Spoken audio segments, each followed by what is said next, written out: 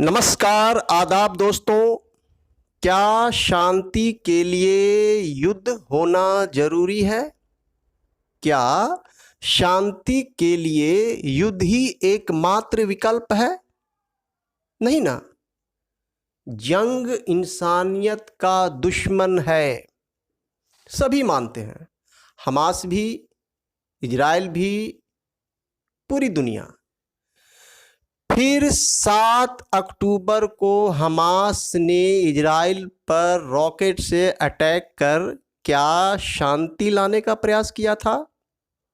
तो फिर इजराइल ने अपने मुल्क के सुरक्षा को देखते हुए गाजा पर अटैक किया, गाजा पर बम बरसाए। तो क्या ये शांति लाने का प्रयास है इजराइल की तरफ से? नहीं दोस्तों। युद्ध, जंग, लड़ाई तो इंसानियत का दुश्मन है। युद्ध किसी भी समस्या का समाधान नहीं है।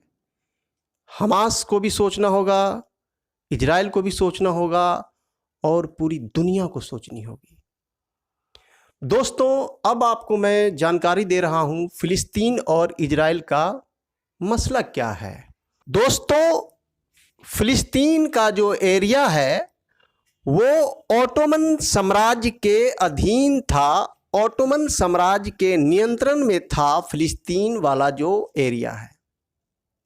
1918 ईस्वी में जब ओटोमन साम्राज्य का पतन होता है, फर्स्ट वर्ल्ड वॉर के बाद, जो विजेता देश है वो क्या करते हैं कि ओटोमन साम्राज्य का जो नियंत्रण वाला जो लैंड है, जमीनी इलाका है, उस पे वो अपना नियंत्रण करते हैं, कब्जा करते हैं। प्रथम विश्व युद्ध के बाद फिलिस्तीन का जो एरिया है वो ब्रिटेन के नियंत्रण में चला जाता है। ब्रिटेन यरूशलेम पे कब्जा कर लेता है और यहूदी जो हजरत मूसा अलैहिस्सलाम के मानने वाले लोग हैं, ये ईसा पूर्व से ही बिखरे हुए थे, इनकी जातियां जो बिखरी हुई थी। और ये फिर क्या करते हैं, यूरोप से आ करके फिलिस्तीन वाले इलाके में जमा होने लगते हैं। तत्पश्चात 1947 ईस्वी में फिलिस्तीन का यहूदी बहुल एरिया को ग्रेट ब्रिटेन यहूदी स्टेट घोषित करता है। 1948 में उसका नाम पड़ता है इजराइल। 1948 में इजराइल खुद को एक स्वतंत्र देश के रूप में घोषित करता है। दुनिया का एकमात्र यहूदी मुल्क इजराइल खुद को स्वतंत्र राष्ट्र घोषित करता है 1948 में। अमेरिका पहला देश है जो उसे मान्यता देता है और फिर वहीं से शुरू होता है अरब और इजराइल संघर्ष। दोस्तों, 1949 में ये अलग बात है कि इजराइल संयुक्त राष्ट्र संघ का सदस्य बनता है। तो अरब और इजराइल का जो संघर्ष है उसके बारे में विस्तार से बात करेंगे। उसमें कुछ ऐतिहासिक तथ्य भी है, वो धार्मिक तथ्य भी है, राजनीतिक तथ्य भी है, बहुत सारी चीजें हैं, इस पे हम विस्तार से बात करें। 1948 में इजराइल अस्तित्व में आता है, दुनिया के नक्शे पर आता है। 1948 में अरब देश इजराइल पर आक्रमण कर देते हैं।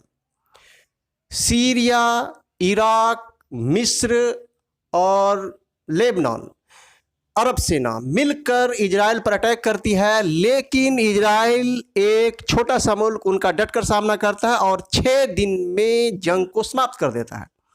उसके बाद ये सिलसिला लगातार चलता रहता है। 1948 से लेकर 1981 तक ये सिलसिला चलता रहता है। इसमें कई जंगें होती है।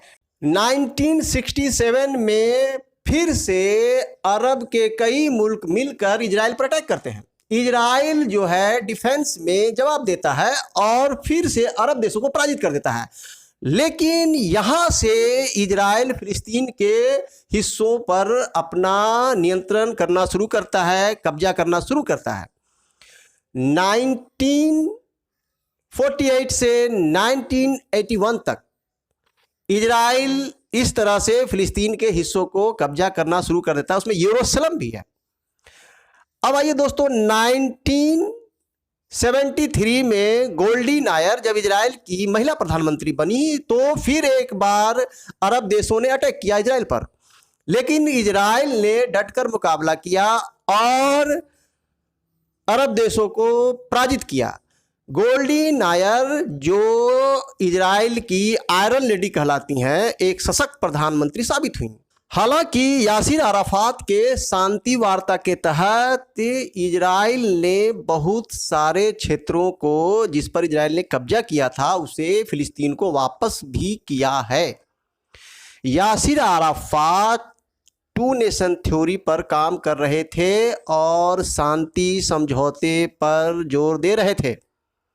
उनके इस अभियान को महमूद अब्बास ने बखूबी आगे बढ़ाया, पर हमास ने 7 अक्टूबर 2023 के हमले इजराइल पर करके यासिर अराफात के अभियान को अधूरा कर दिया, उसे नुकसान पहुंचाया है और नुकसान गाजा के लोगों का भी पहुंचाया है हमास ने जल्दबाजी में फैसला लिया। ईरान के उकसावे में, ईरान के बहकावे में आकर हमास ने जल्दबाजी में फैसला लिया, जिससे यासिर अराफात के अभियान, टू नेशन थ्योरी, शांति प्रस्ताव को नुकसान पहुंचाया है, जिसे महमूद अब्बास आगे लेकर जा रहे थे। गाजा के लोगों का भविष्य को अंधकार में डाला है। तो ये हुई राजनीतिक कारण और आपको ऐतिहासिक कारण बताने जा रहा हूं दोस्तों। अब यदि इतिहास की बात की जाए तो यहूदियों का इतिहास ईसा पूर्व है और जीसस क्राइस्ट यानी ईसा मसीह से ईसवी की शुरुआत होती है और हजरत मोहम्मद सल्लल्लाहु अलैहि वसल्लम 570 ईस्वी में आ रहे हैं। यानी कि इतिहास से यदि देखा जाए तो यहूदी सबसे पुराना धर्म है, उसके बाद ईसाई, उसके बाद इस्लाम। ये तो इतिहास की बात होगी। लेकिन मुसलमानों का यकीदा है कि मुसलमान यानी इस्लाम वो आदम के वक्त से दुनिया में है। उनका मानना है कि परिवर्तन होता रहा, लोग बदलते रहे, लोग भटकते रहे, लेकिन आदम के वक्त से इस्लाम है।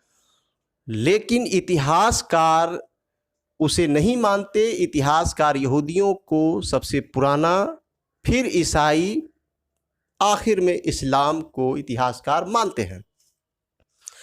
अब आइए दोस्तों धार्मिक दृष्टिकोण की बात करते हैं। धार्मिक दृष्टिकोण की जब बात होगी तो यरूशलेम जो है वो ईसाई, यहूदी और इस्लाम तीनों का पवित्र स्थल माना जाता है।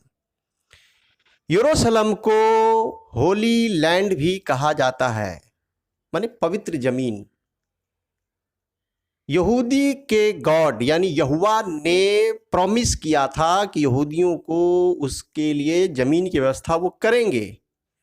तो वो लैंड उसी फिलिस्तीन वाले इलाके में यहूदियों के लिए यहोवा ने, ये जो यहूदी हैं ये इब्राहिम अलैहिस्सलाम के वंशज हैं, मूसा अलैहिस्सलाम के मानने वाले, ये इब्राहिम अलैहिस्सलाम के वंशज यहूदी लोग। तो प्रॉमिस लैंड माना जाता है यरूशलेम को। लेकिन यहूदी वंश से ही जब ईसा मसीह आते हैं, जीसस क्राइस्ट जिन्हें ईसाई लोग कहते हैं, तो वहाँ से भी यरूशलेम का ही मामला आता है। अब यहाँ हमारे जो नबी हैं, नबी सल्लल्लाहु अलैहि वसल्लम, उन्होंने मस्जिद अक्सा मतलब जो है मुसलमानों का जो पवित्र स्थल जिसके लिए वो लड़ रहे हैं, तो मस्जिद अक्सा मतलब फ़िलिस्तीन में उन्होंने नमाज पढ़ाई थी अंबिया और पैगंबरों को, इसलिए मुसलमान भी उस जगह पर अपना क्लेम करते हैं, दावा करते हैं। तो यरूशलेम जो है उस पर दावा मुसलमानों का भी है, ईसाइयों का भी और यहूदी का भी है। अब आइए दोस्तों बनी इसराइल लक़ब जो है वो कुरान में 41 बार आया है। बनी इसराइल इब्राहिम अलैहिस्सलाम के वंशज को कहा गया, माने इसराइल की औलाद।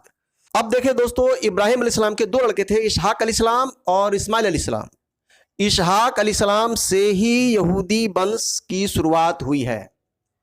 और इधर दोस्तों इब्राहिम अलैहिस्सलाम के दूसरे पुत्र इस्माइल अलैहिस्सलाम से मुसलमान मानते हैं हजरत मोहम्मद सल्लल्लाहु अलैहि वसल्लम उनके वंशज हैं। बट ये देखा जाता है कि हज़रत इस्माइल अलैहिस्सलाम और हज़रत नबी सल्लल्लाहु अलैहि वसल्लम के बीच में कोई नबी नहीं है। उनका नाम है बट उनका कोई हिस्टोरिकल या कुरान में उनकी कोई ऐसी घटनाएं चर्चा में नहीं है, सिर्फ नाम है। जबकि आप देखेंगे हज़रत इब्राहीम अलैहिस्सलाम के पुत्र इसहाक अलैहिस्सलाम से उनके जो वंशज हैं, इसहाक अलैहिस्सलाम से ईसा अलैहिस्सलाम तक, जिसे हम ईसा मसीह कहते हैं, इसहाक अलैहिस्सलाम से ईसा मसीह तक पैगंबरों का, नबियों का तांता लगा हुआ है। जैसे इब्राहीम अलैहिस्सलाम, इसहाक अलैहिस्सलाम, याकूब अलैहिस्सलाम, यूसुफ अलैहिस्सलाम, मूसा अलैहिस्सलाम, दाऊद अलैहिस्सलाम।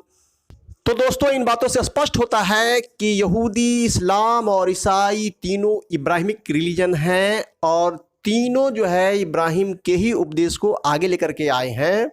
लेकिन उसके बावजूद तीनों में विवाद है किताब को लेकर। जबकि ये कहते हैं कि तीनों किताब जो है, तौरेत, इंजील और कुरान आसमानी किताब है, फिर भी मतभेद है। मुसलमानों का मानना है कि ओल्ड टेस्टामेंट यानी तौरेत, न्यू टेस्टामेंट यानी बाइबल में बदलाव किया गया है, उसमें कुछ रद्द बदल है। बट कुरान जो है जस का तस है, जैसे उतरा है वैसा ही है, इनका मानना है। इन लोगों के बीच में किताबी झगड़े हैं और मस्जिद के लेकर के भी झगड़े हैं। चूँकि यहूदी अपने पवित्र स्थल को टेम्पल बोलते हैं और मुसलमान अपने पवित्र स्थल को मस्जिद बोलते हैं। ईसाई भी अपने पवित्र स्थल को टेम्पल ही बोलते हैं। इनके रीति रिवाजों, उनके परंपराओं में बहुत ही ज़्यादा भिन्नता है। लेकिन खतने की जो परंपरा है वो मुसलमानों में है, यहूदियों में है। नमाज की परंपरा है, यहूदियों में है, मुसलमानों में। बट ईसाई में बिल्कुल डिफ़र हो जाता है। और इसमें आता है जो संसार करने की जो प्रथा है वो यहूदियों से इस्लाम में आया, बट ईसाइयों ने इसका विरोध किया।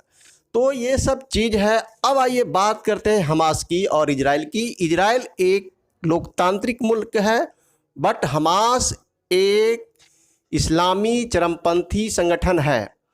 हमास फिलिस्तीन का रिप्रेजेंटेटिव नहीं है।